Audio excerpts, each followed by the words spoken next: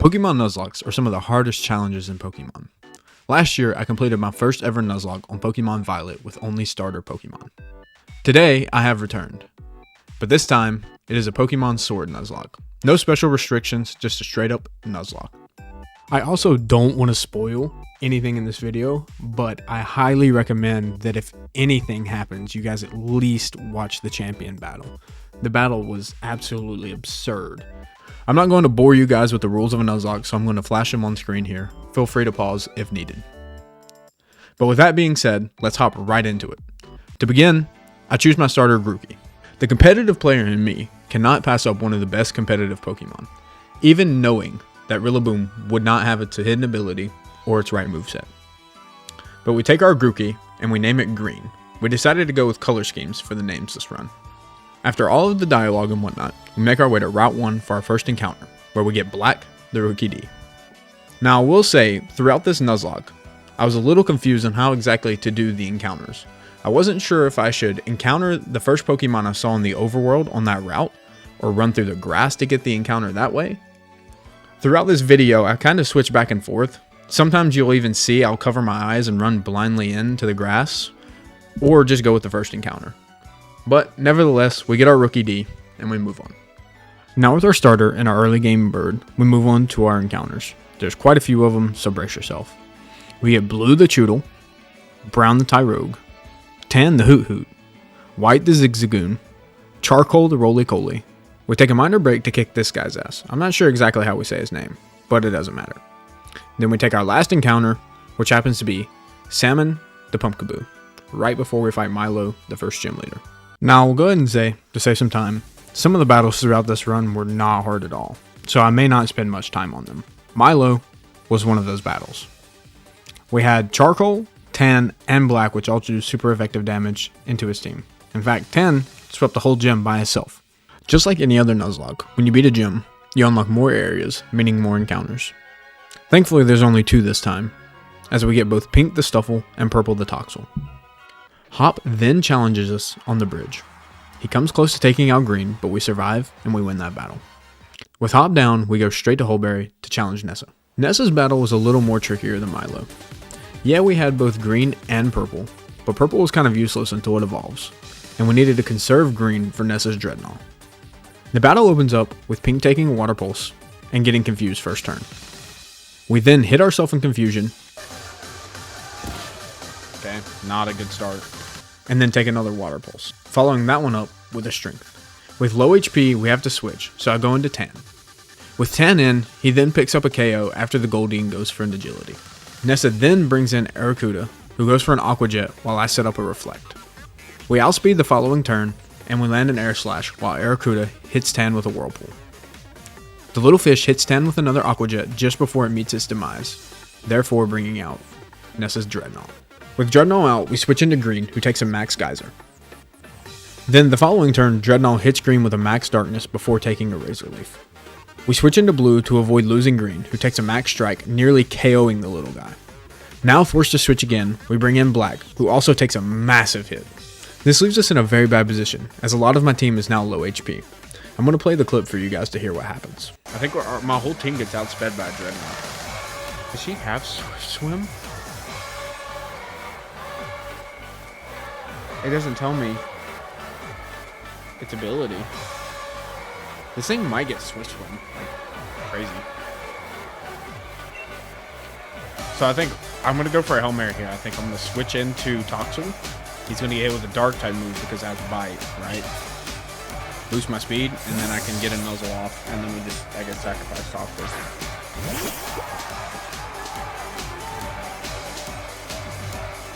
Nope, he Razor Shells. Okay, so that will be Toxel. The rain stops. Okay, rain stops. That is massive. This is a risk.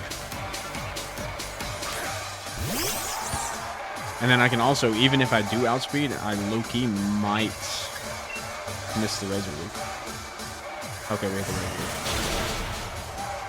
Okay, I'm not gonna lie, that weather-boosted Razor Shell actually beat me right ass. So we had to sacrifice Purple to get a free switch into Green, who thankfully outsped the Dreadnought. Just as quick as we got Purple, we lost him. F's in the chat for purple. So following Nessa, we start making our way to Gym 3. We catch Orange the Scraggy and beat this guy's ass again. And then we take on some Team Yogrunts. We then encounter Navy the Roggenrolo, who, not to spoil, arguably becomes the MVP of the entire Nuzlocke. I then accidentally spam A into a battle with Marnie that I was completely unprepared for. Thankfully, we beat her without much issue. However, before we take on Kabu, we have to change our look, because right now our character looks like a dork. We get some better hair and take our next wild area encounters at Westlake and Eastlake Axwell. This is where we get the goat of all Nuzlockes, Sky the Magikarp, and Azure the Wingull. This is also the point of the Nuzlocke where I start to realize that there are too many Pokemon that are the same color, and we are running out of colors to name the Pokemon. I was so down bad that I had to Google a list of colors, so prepare for some off-the-wall color names coming up. Now that we finished the encounters, we can get into the actual gym battle. This gym battle is kinda out there, so just bear with me. The battle starts with me leading Charcoal into Ninetales. The Ninetales goes for a quick attack while I try to get a speed boost with Flame Charge. I had no idea the Ninetales had Flash Fire as its ability, therefore making my Flame Charge useless. However, looking back, I think the Flame Charge was a brilliant idea. With the Flash Fire boost, it makes the AI go for the powered up fire attacks, which activates Charcoal's Steam Engine. This is also something I didn't realize, is that Steam Engine activates from fire attacks. I was always under the impression that it was just water attacks that activated the ability. But enough of me yapping. We end up taking down the Ninetales, bringing in the Arcanine. Us outspeeding and landing an Ancient Power forces the AI to use Agility to try to gain the speed advantage. The next turn plays the exact same with the Arcanine almost being KO'd. Arcanine now outspeeds and gets a flinch by using Bite. The next turn plays the exact same except I land the KO with an Ancient Power. This brings in the Gmax Centiskorch. We outspeed and we land a crit with Ancient Power, and then we take a Max Flutterby, which also lands a crit. Now, I do believe the crit was the deciding factor in Charcoal's life, as we lose it so soon. But with Charcoal down, we switch to Blue, who cleans up the battle, and earns me the 3rd gym badge. With Kabu down, we make our way to Hammerlock. We scoop up Pantone, the Gloom, and we go get a new fit. We head to Route 6 where we are met with some Team Yogrunts. This is where I make my first fatal mistake. Beauty Anita on this route, after the Team Yogrunts, has a Clefairy with Metronome. I'm just going to roll this clip for you right here.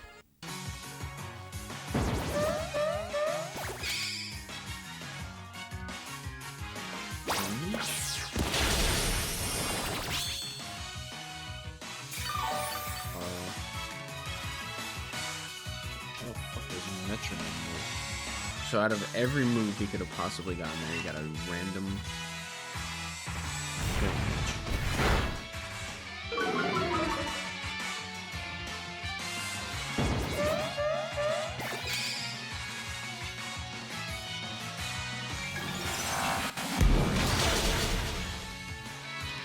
What?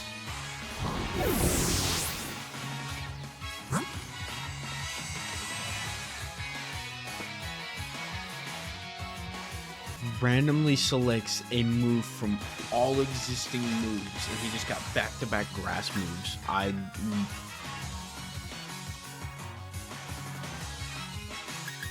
of every move in the game, he gets grass moves?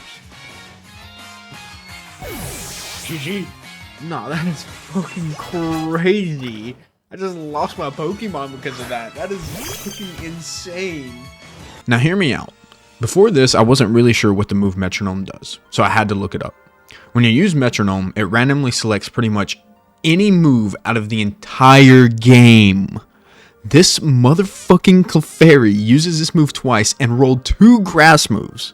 Now, you could say it's my fault for staying in with Dreadnought, who has the 4 times weakness to grass, but I still feel like the odds of this are just insane. Anyways, say goodbye to Blue. Also, to make matters worse, we lose another Pokemon, because I forget Doug Trio gets the ability Arena Trap.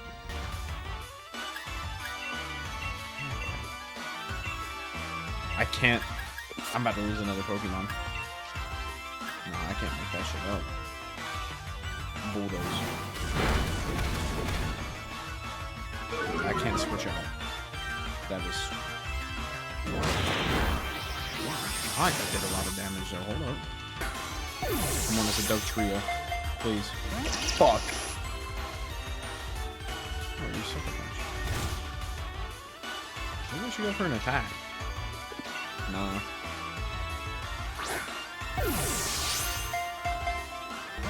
Nah, the Pokeball, like, isn't even wiggling. Alright, well, we lost another soldier today. Damn, you fucking suck.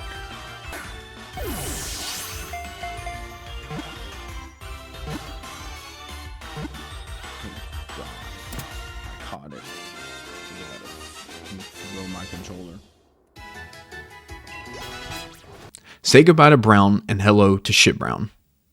So after that mess on Route 6, we go through and we make our way to Stow Inside, where we face off against Hop, who has now changed his team.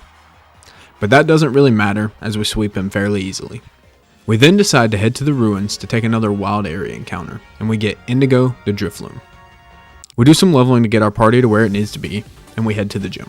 Our Drifloon, now Drifloon encounter ended up being very good to have going into this gym. Bea, however you say her name, her gym isn't necessarily hard, unless you're me. So to begin the battle, we open up leading Indigo, because the Hitmontop that she has literally has no move that can hit it. So we get a free KO. This brings in her Pangoro. We switch into Sky, who is now involved to Intimidate as we take a Night Slash. We fire off a waterfall as Pangoro works up. After the second waterfall, we take a Night Slash, which activates our Citrus Berry, and then we KO the following turn. This brings out Surfetched. We switch to Tan while it goes for Detect. The following turn, Tan uses Air Slash and gets a Flinch, which activates the Surfetched ability, Steadfast. Assuming another Detect is coming, I set up Reflect, and I call it right. The following turn, Surfetched tries to set up a Swords Dance, but falls to another Air Slash. This brings out Machamp, and this is where the battle goes downhill. We switch to Indigo, predicting the G-Max Chi Strike, and we call it right. However, being the expert battler that I am, I forget some things. So, the following turn, I go for a Will-O-Wisp, which hits. Now, can anyone in the class tell me why this is a mistake?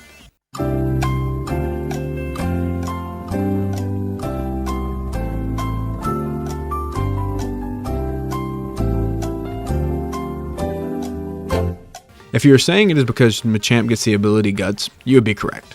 Now luckily, even with the Guts burn boost, we still get through the rest of this battle.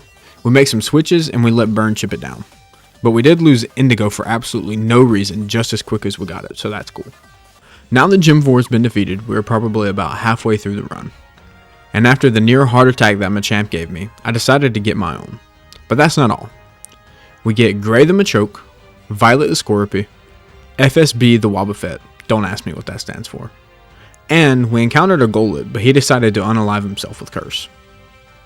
Then, on our way to the next gym in the Glimwood Tangle, we get Hot Pink the Swirlix, even though it's not really hot pink. But give me a break, I'm running out of colors here. Once we get all of our encounters, we are ready for the next gym. Now, just like the previous gym, this battle shouldn't be hard, unless you're me. I'm beginning to see a common theme here. The battle starts off bad as usual. Instead of looking up the answers to her questions, I just wing it, and I get most of them wrong. I also forget that Weezing gets Levitate, so Shit Brown doesn't help me at all. I have to switch into Sky, who takes a crit Fairy Wind. The next turn, we land a Waterfall, and then we take a Sludge in return. She asks me another question, which I get wrong, and it forces me to switch out due to the defense drops. I go into Black, who thankfully is immune to the Sludge coming in. And then the following turn, we hit the Weezing with a Steel Wing, getting rid of it.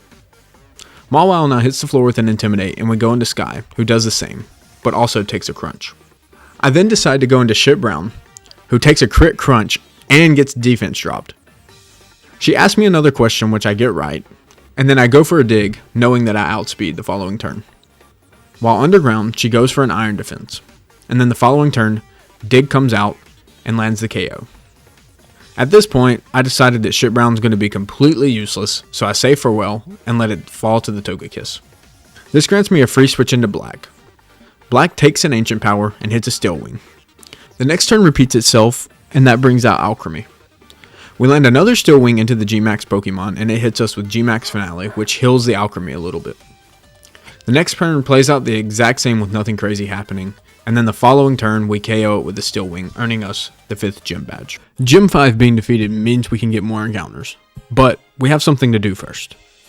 I realized fairly early on that a lot of my encounters were trait evolutions, so I wanted to give a little shout out to my boy Tropic Dak for hopping on and helping me evolve some of these Pokemon. We evolved Gray, Navy, and Salmon. Now you may be thinking we're heading into the next gym, but my next trial actually comes right outside of Route 7, in our battle with Hop. Now one thing I do like about Hop is that when he loses he likes to change his team. And this team in particular wasn't hard, but I did struggle with it a lot. Now this battle is a long one, so brace yourself. The battle opens up easy enough with me leading Tan into his Trevenant. Tan picks up an easy KO with crit air slash, and that brings out the Bolton. This thing was a problem. Fearing the spark, I switch into Pantone for the resistance, but Hop decides he wants to go for a Roar instead. This forcefully brings out Azure, possibly the worst Pokemon to have in this situation. With the 4 times weakness to electric, I was for sure thinking a spark would definitely come out. So I do the same switch, only for the spark to come out and paralyze Pantone. The following turn, Bolton goes for a crunch while I hit it with a Petal Blizzard. I decide to stay in and take another crunch while using another Petal Blizzard the following turn. Now that I'm very weak, I decide to switch into Navy, who takes no damage on the switch in thanks to Hop using a Hyper Potion. We go for a Protect to scout and get Sandstorm Chip, but Bolton roars Navy out of the battle again and brings out Gray. Gray actually gets some damage off as he hits it with a Vital Throw, but then gets roared out of the battle. Okay, this is starting to get annoying. Tan now gets drug out, and we go for a Protect for more Sandstorm Chip. With Tan out, I then go into Navy fearing a Spark coming in, and this motherfucker goes for Roar again instead of using Spark.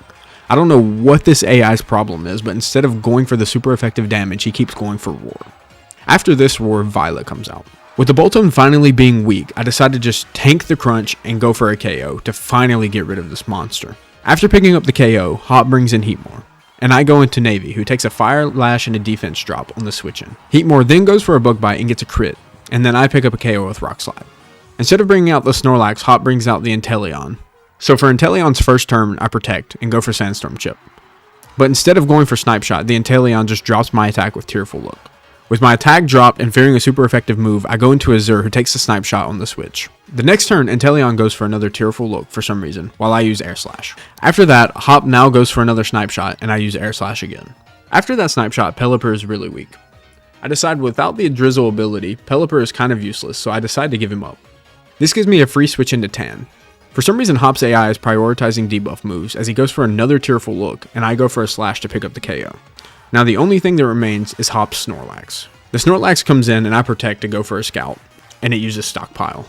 The next turn I use Reflect, and it hits us with a Body Slam that paralyzes us. Being paralyzed and still outspeeding, I go for an Air Slash, and Snorlax just stockpiles again. The following turn I go for an Air Slash again, and next turn I luckily get a Flinch. I keep spamming Air Slash on the next turn, and Snorlax goes for a Body Slam.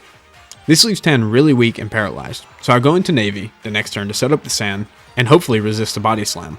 But Snorlax just goes for another Stockpile. I then Protect for chip damage, and Scout.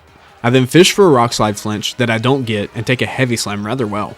The next turn plays the exact same, but instead of risking a Rock Slide miss, I go for Smackdown. Finally, with Navy being weak, I go into Machamp, who cleans up the battle, but not after just getting hit with a Body Slam and getting paralyzed again. I don't know what it is with this battle, but Hop just would not use attacking moves, and he got the craziest RNGs with crits and paralysis. Like, it was insane. But we get through that battle, and we managed to only lose Azure, which I think was very good given the situation. Now that our horrendous battle with Hop is over, we push forward, where we get Yellow, the Galvantula, and Ash, the Girder. Now our next opponent is Gordie, but let's be real. He uses rock types, and we all know rocks are probably the worst type in the game. So I won't spend much time here as we sweep him easily. We actually end up battling Hop again, and this time we have zero issues as we sweep him. After our battle with Hop, we go south, where we get Cyan, the Marini, or however you say its name, and in the wild area we end up getting Denim, the Sneasel, and Sienna, the Sudowoodo. We then unlock the Generation 8 Surf feature, which allows us to get more places and to the next gym, but not before our battle with the Glarbu, Marnie. Now I thought this battle wouldn't be very hard, but I end up losing a Pokemon here, spoiler alert. The battle starts with me leading Ash into Liepard. I accidentally used the wrong move and click Rock Slide. The following turn, Liepard torments, and I land a Dynamic Punch. Marnie then goes into Toxicroak, so I switch into Sky for the Intimidate. But as I switch in, I realize that this Pokemon might have the ability Shed Skin or Dry Skin, whichever one makes it immune to water type moves. So that makes Sky pretty much useless as I can't get waterfall damage off. I'll try to stay in and get a little damage with Crunch, but then I get swaggered and hit myself in confusion. Now confused, I switch to yellow, who takes a lot of damage on the poison jab switch. The following turn, I use a discharge and I land a lucky paralysis while taking the poison jab. Now very weak, I risk staying in and try to sneak a KO with an electro ball with the outspeed and the paralysis. And I come so close. I end up taking a poison jab and we lose yellow. Losing yellow grants me a free switch into Violet, who KOs the Toxicroak, bringing out her Scrafty. With Scrafty now out, I switch to Sky for an Intimidate, and it hits me with a Swagger again. Being confused again, I have to switch into Gray, who gets his speed dropped by a Scary Face on the switch. The next turn, we luckily dodge a Swagger, and then we land a low sweep in return. Scrafty then hits us with a Brick Break, and I KO it with a low sweep.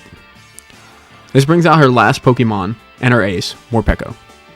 The first turn, Morpeko goes for a Torment, and I just one-hit KO it with a low sweep. That battle ended up being a little harder than I thought it would be, just because of that Toxicroak. But nevertheless, we lose our new member Yellow, and we move on. So the next roadblock we face on our path to becoming champion is Piers' Dark-type gym. Now, as I previously have said, this gym normally wouldn't be hard unless you're me battling. However, I actually feel like I battled this gym pretty well. I just have some gripes to pick with Pokemon, and you'll see what I'm saying soon. Now this battle starts with me leading Black into Scrafty. The game plan here is just to poke out Scrafty with Drill Pecks every other turn while protecting for Leftovers recovery. We end up taking out the Scrafty and Piers goes into Malamar. Now this is where our first gripe comes into play.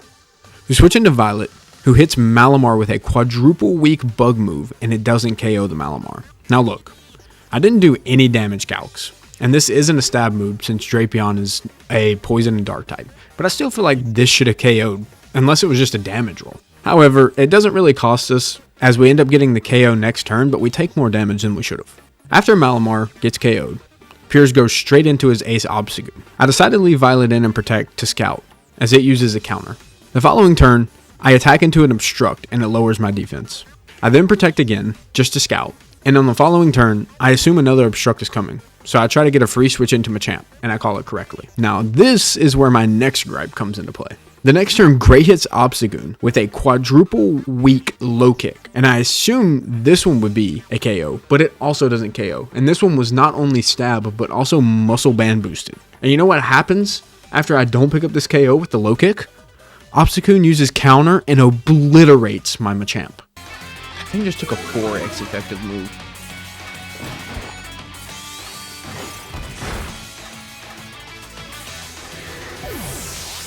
How did that thing just survive a low sweep from Machamp with a muscle band?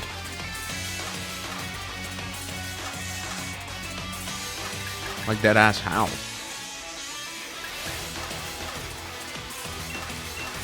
I really do not know the answer to that. I should not have just lost Machamp there. As you can see, I'm now flustered from losing Machamp, and I switch into Corviknight, and I go to use Drill Peck, and I use it straight into an obstruct, and it lowers my defenses. I decide to protect for Leftovers recovery and to scout. Seeing as Obstagoon goes for a throw chop, I switch in Violet. Then, on the next turn, picks up the KO, outspeeding, and forces Piers into his last Pokemon, Skuntank.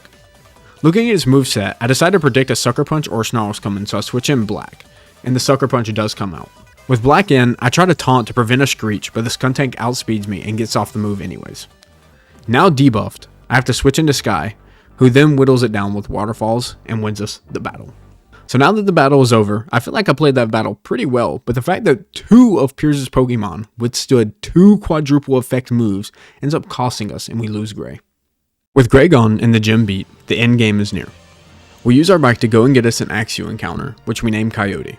Moving on over, we also get a Krabby encounter, which we name Coral. With those 2 encounters, we now have to face arguably the hardest and the last gym leader, Raihan.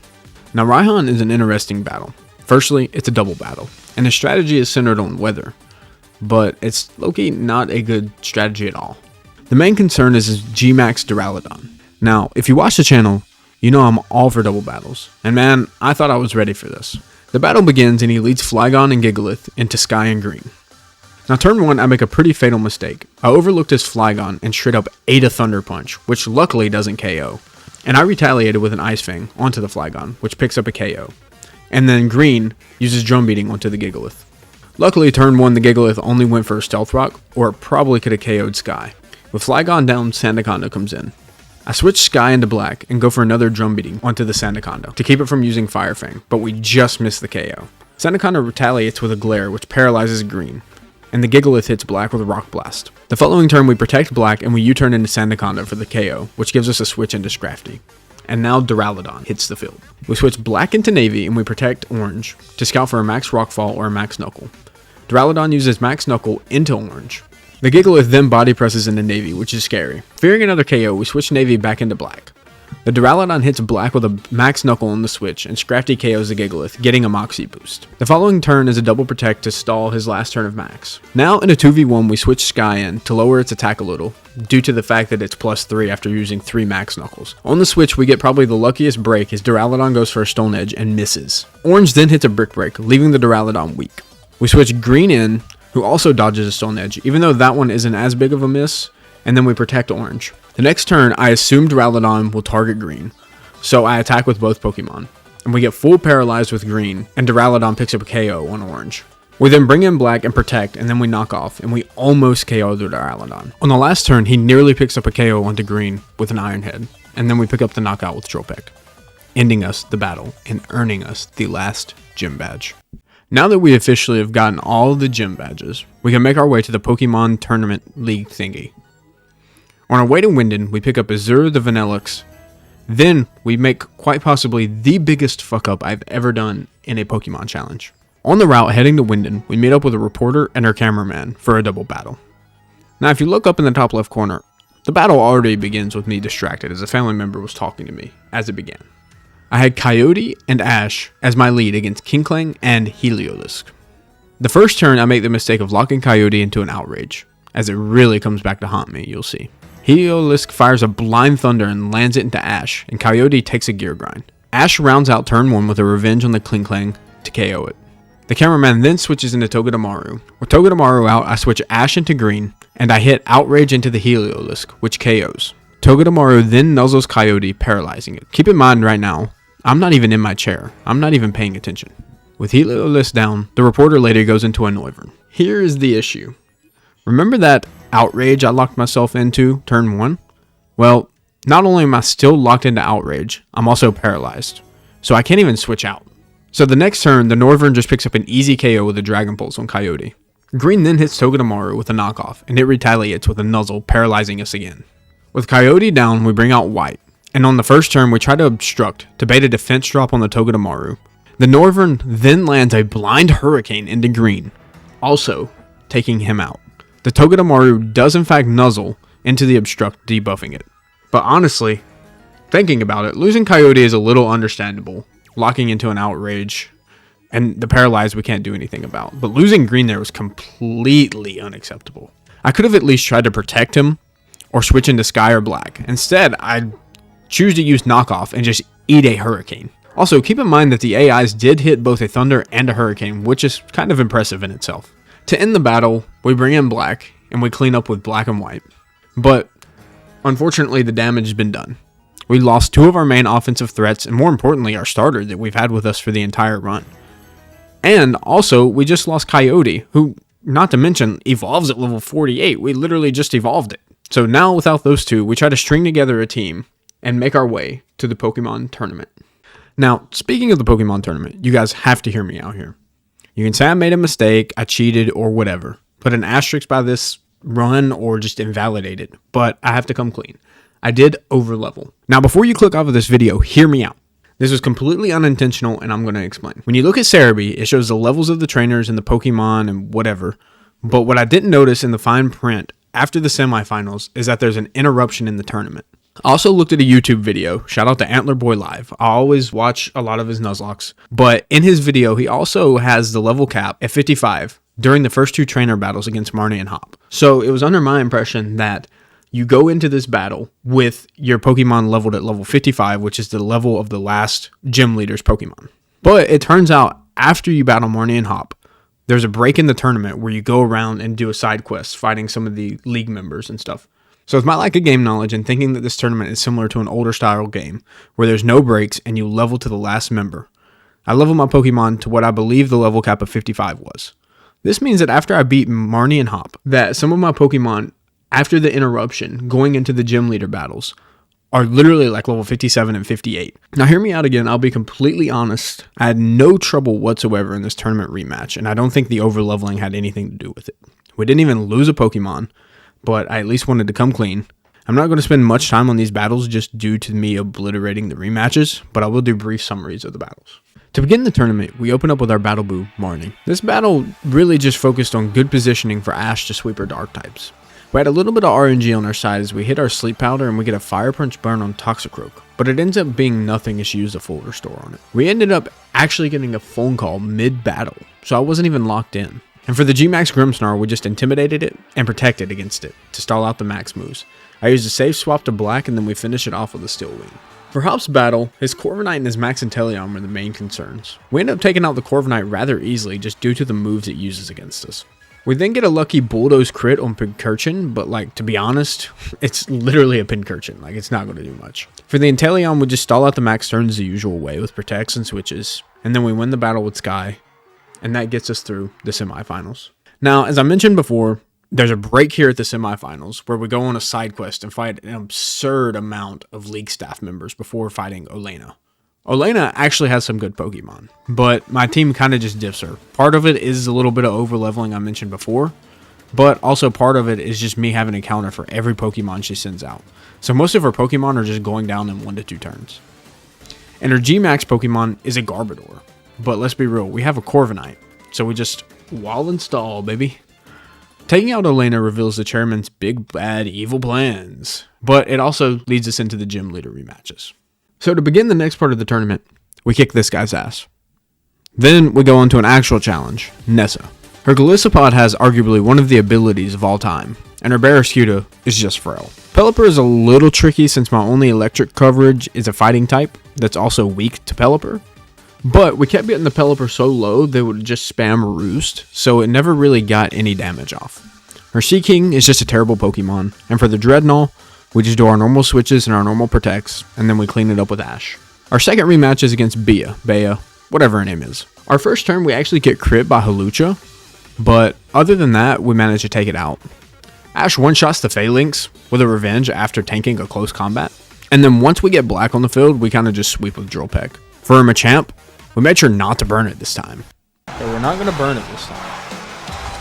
Sky's Intimidate was very helpful, and a switch into a Max Flare gives us a resistance. We predict a Max Strike into the Gigalith, and then for the last turn of Max, we go into Pantone to take the Max Chi Strike. From there, it's a game of switches to get black on the field safe, but we do get crit on our switch in. However, black ends up cleaning up the battle, and it takes us to our next victim. That victim being Raihan. Now, Raihan has a little bit of a different team. The problem with Raihan's AI in this last battle is that he always prioritizes different weather whenever his Pokemon would switch in. And so it would always give me free turns to pivot or just get damage off. I use Gigalith to take a lot of the weather control. I do get a lucky crit with an Ice Beam, but it was useless as Raihan just full restores right after. For the Duraludon, we just switch to stall it out. We do get unlucky as we miss a Sleep Powder after its max turns, but we also switch into Ash later on who dodges a Stone Edge, so that kind of makes up for it. Ash just cleans up and gets the KO, and we move on to the last roadblock before our champion battle. That last roadblock being Chairman Rose. And boy, let me tell you, his theme music might just be one step under Volo and Cynthia, because this shit goes dummy hard.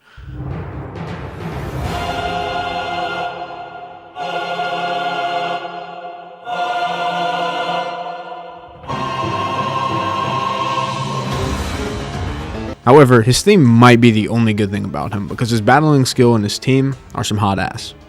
Now, before we get into this battle, after the Champions Cup, I told you guys I realized I messed up and my team was overleveled. I only realized this because I looked at the chairman's level cap and it's like 57 if I remember right. So I ended up taking this into account and I went into this battle with my backup team. I tried to put any fire coverage I had and just ran with it. So Violet is our lead, and Violet manages to take out the first 3 Pokemon. Then the Berserker comes in. Violet's pretty weak, so we have to switch out Berserker, and Cyan takes out the Berserker. No problem. The G-Max Copperajah, or however you say this thing's name, is where we make our first mistake. For some reason, I had it in my head that Cyan could tank a super effective max move, but I was just completely wrong. But I was fine with sacrificing the B team as long as I won the battle, which I do fairly easily. I burn the Copperajah with Salmon, and then after the max turns, we end up dodging a Zen Headbutt, which allows Coral to finish off the Pokemon. After that battle, we do the whole legendary thing, And then that takes us to the best and closest battle of the entire run, Leon. Now, the champion battle with Leon is a wild one, so strap yourself in.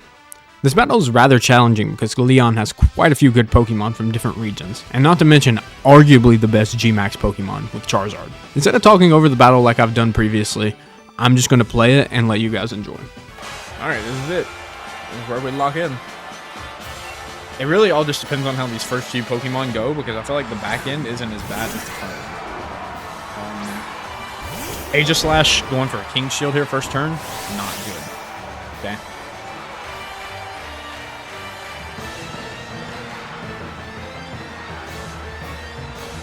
Alright. Earthquake will do more. They stance changes, that's big. Alright. So that means he's going for Shadow Ball. Okay, nice. Oh my god, that did a crazy amount of damage. How much does this do?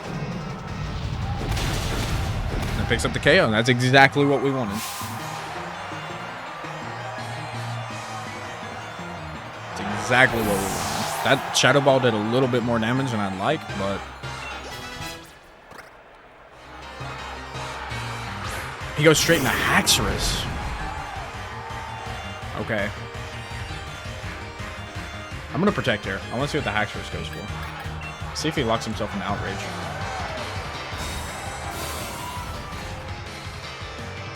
He does. Okay. So that begs the question, do we Intimidate or do we go for the Resistance? I like the idea of Intimidate. This could be the wrong play. But we do have a Citrus Berry for a little bit of insurance. Just kind of hoping to get an Earthquake.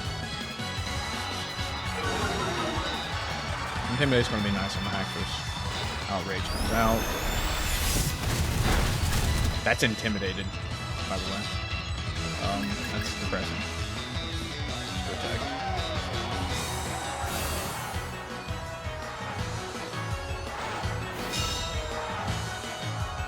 Okay, he's already confused. I kind of want to save the Citrus Berry, but I don't think that's going to happen. I think we're just Ice Wing. Haxorus is faster. Hits himself in confusion. Massive.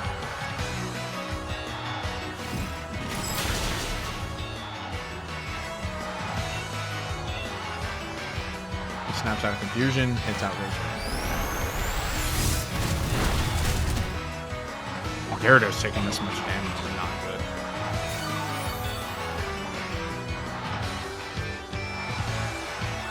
So now he's going to go into Dragapult here, because Dragapult has Thunderbolt.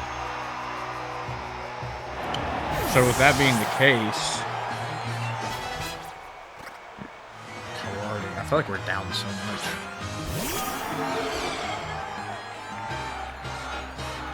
We can't switch into Corviknight because of the Thunderbolt. Oh no, so we're in a tricky spot because Dragapult's going to Thunderbolt here. Actually, hold on. I think we go into Pantone.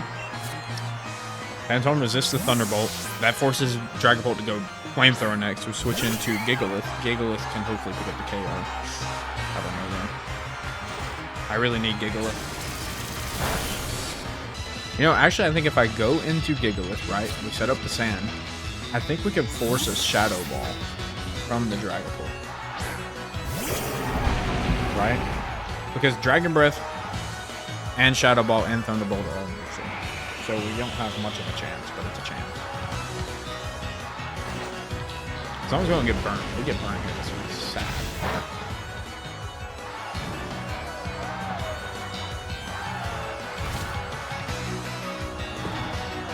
This makes this battle infinitely harder.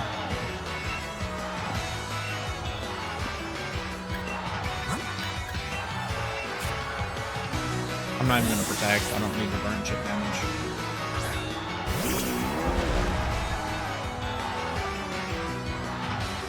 Big. Big. Big. Needed that but without a burn. Okay, now we Darkest Lariat. Thunderbolt. Please don't paralyze.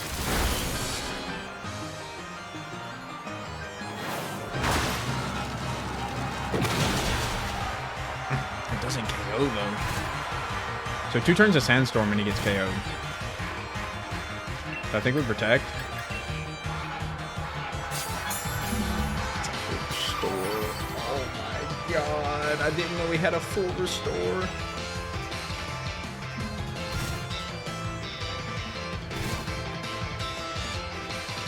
Nah, I don't think I'll win this.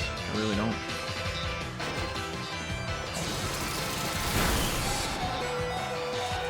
We get parried! Oh no.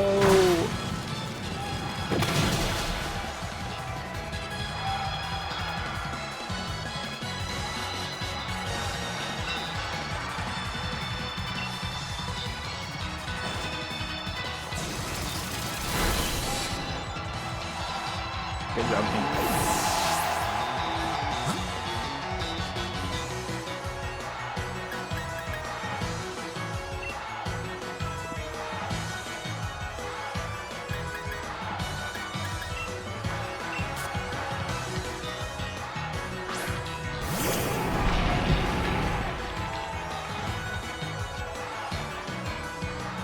I don't think I can win this.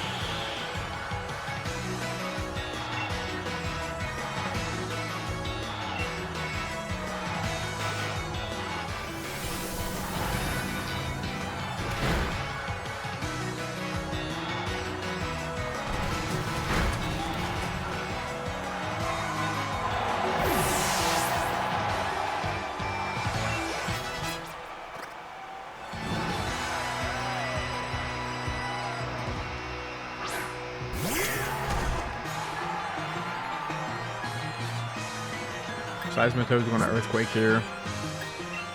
We'll go into Corviknight.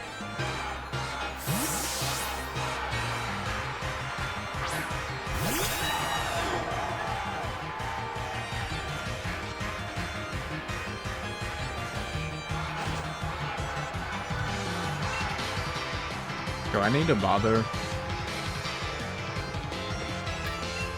Now he's going to Liquidation. We'll go into Fantone.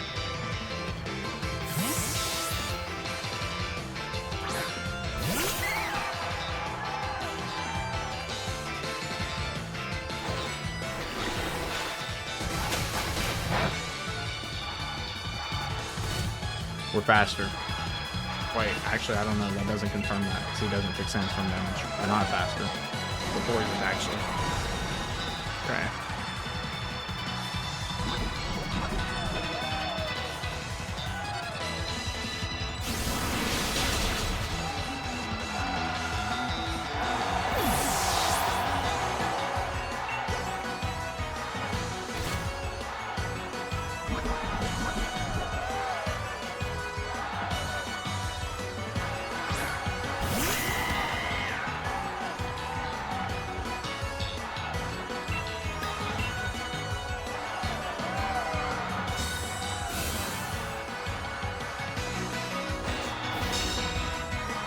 Those acrobatics.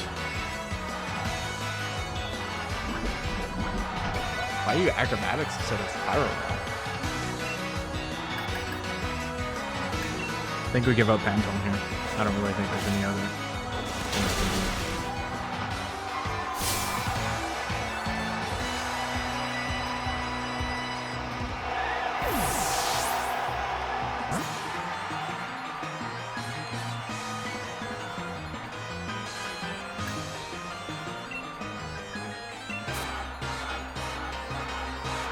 So he's either going to quick attack or faint here, I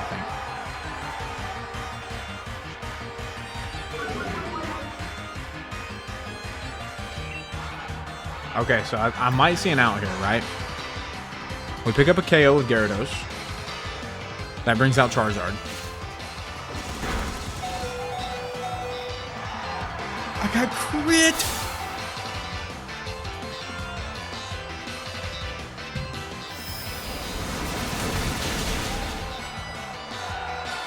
That was not supposed to happen. I was supposed to be able to protect. Oh, I was going to protect the max move. Oh my gosh. That really fucks me. I think I lose off of that. I think we have to have like a miss or something. That's literally all that can save me. Charizard outspeeds Gyarados. So...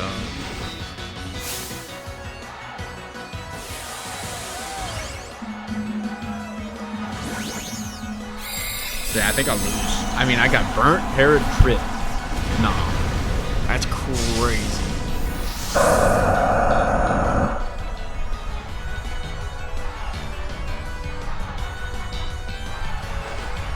Max Airstream. That's not good.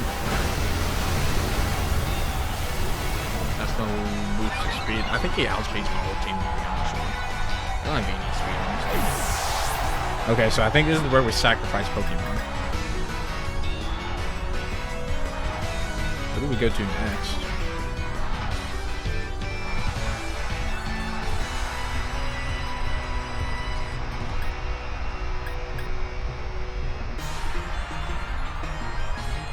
Okay, let's weigh the options here. We're going to Corviknight. He goes for Max Vocalith. We don't need him to use the Max move, honestly. Fire Blast isn't an accurate move, isn't it? 1085. So I think I have to weigh it on a Fire Blast miss. So I think we go into Navy here. No, I think we go Ash first. Okay, so the dream scenario is I protect this Max Airstream and it doesn't KO me. That's the dream scenario.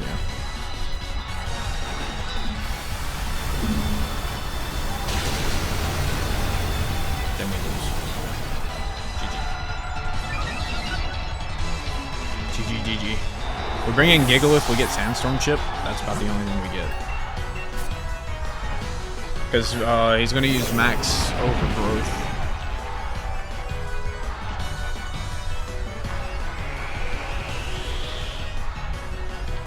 Wait a second. He's going to use Max Overgrowth to switch into Corviknight.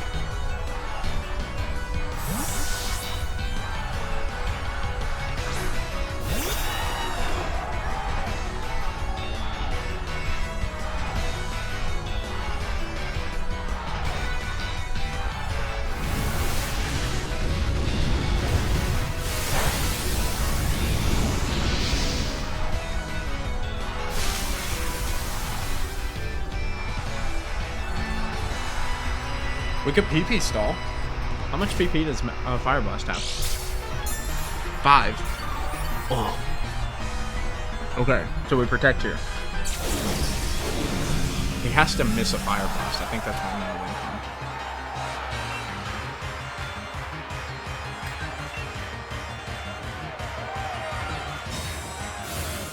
I don't even know Fire Blast KOs him, does it?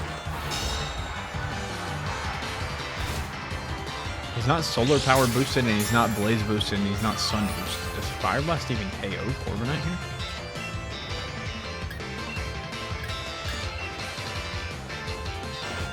Well, he doesn't miss it. I'll tell you that.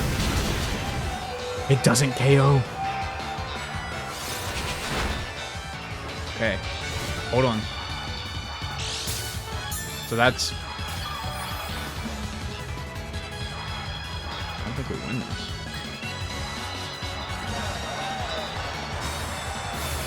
So we protect here. He has one more PP for Fire Blast, right? So we switch into Gigalith.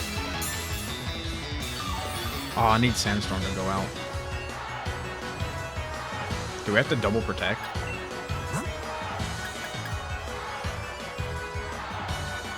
Is Corviknight my win combo? If I give up Corviknight and bring in Gigalith.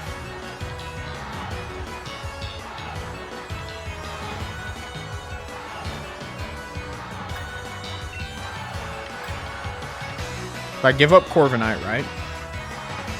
Gigalith comes in. I have to hit a Rock Slide. First of all, that's a 90% accurate move. Second of all, he's got Solar Beam, which is a 2-turn move. Fire Blast, which is going to be out of PP. So he's going to have Air Slash, Ancient Power, Solar Beam.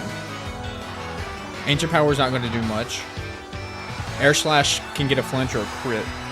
I think we give up Corviknight here. And we just bank on getting a 90% accurate move. He didn't use Fire Blast. He didn't use Fire Blast. I win. I think I win. I just bring in... Bro, I just bring... Oh my god. Oh my god.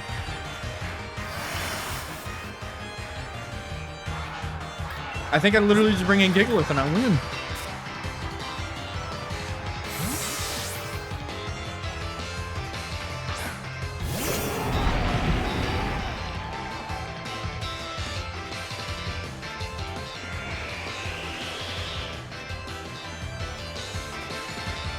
Air Slash comes out. Doesn't do much. That was a crit. Dude, we won the Sandstorm chip. Oh my gosh, my whole team died.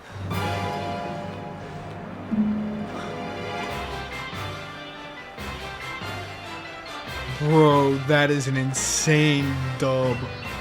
So there you have it. The champion battle is over. And boy, I was unlucky, wasn't I? If you enjoyed this video, or you want to see more, you gotta let me know by liking it or commenting. The first Nuzlocke video I did actually did pretty well by my standards, and I really do enjoy making these. If you're upset about the whole Champions Cup thing, you gotta let me know in the comments. I'll hear you out. I may just have to do another Nuzlocke on this game to make up for it, because I do feel bad. But I also think that Amazing Champion Battle makes up for it. As always, drop a like, comment, and subscribe, and I'll catch you guys on the next video.